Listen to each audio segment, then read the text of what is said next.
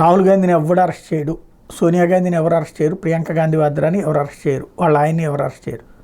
అవినీతి బోలెడన్ని ఇష్యూస్ ఉన్నాయి. నేషనల్ హెరాల్డ్ దగ్గర నుంచి డైరెక్ట్గా చైనాతో ఒప్పందాల దాకా. కానీ మోడీ సర్కార్ ధైర్యం చేయదు. చేసి అరెస్ట్ చేస్తే ఆనాడు ఇందిరాగాంధీ ఎమర్జెన్సీ విధించిన తర్వాత అరెస్ట్ చేసి జైల్లో పెట్టినందుకు వచ్చిన సింపతితో గెలిచినట్టే ఉంటుంది. కాబట్టి చెయ్యరు. మన దేశంలో దరిద్రం ఏంటంటే ఎవరినైతే విమర్శిస్తారో విమర్శించినటువంటి వాళ్ళని అరెస్ట్ చేస్తే మాత్రం సానుభూతి వచ్చేస్తుంది. వాళ్ళు తప్పుడోళ్ళని విమర్శించిన వాళ్ళు కూడా అకస్మాత్తుగా అరెస్ట్ చేసినప్పటి నుంచి వాళ్ళ పట్ల అయ్యో అని ఫీల్ అయిపోతుంటారనమాట. తాజాగా రాహుల్ గాంధీ మీద అయితే పార్లమెంట్ ప్రాంగణంలో జరిగిన తోపులాటకి సంబంధించినటువంటి దాంట్లో ఢిల్లీ పోలీసులు క్రైమ్ బ్రాంచ్కి రాహుల్ గాంధీ మీద విచారణని బదిలీ చేశారు. భారత న్యాయ సంహితలోని సెక్షన్ 117, 125, 131, 351, 3 సబ్సెక్షన్ 5 కింద రాహుల్ మీద పార్లమెంట్ స్ట్రీట్ పోలీస్ స్టేషన్లో కేసు నమోదైంది. తోపులాట్లో గాయపడిన ఇద్దరు బీజేపీ ఎంపీల స్టేట్మెంట్ని రికార్డు చేయబోతున్నట్టు అధికారులు ప్రకటించారు. అట్లాగే రాహుల్ గాంధీని కూడా పిలిపించి ప్రశ్నించబోతున్నారు.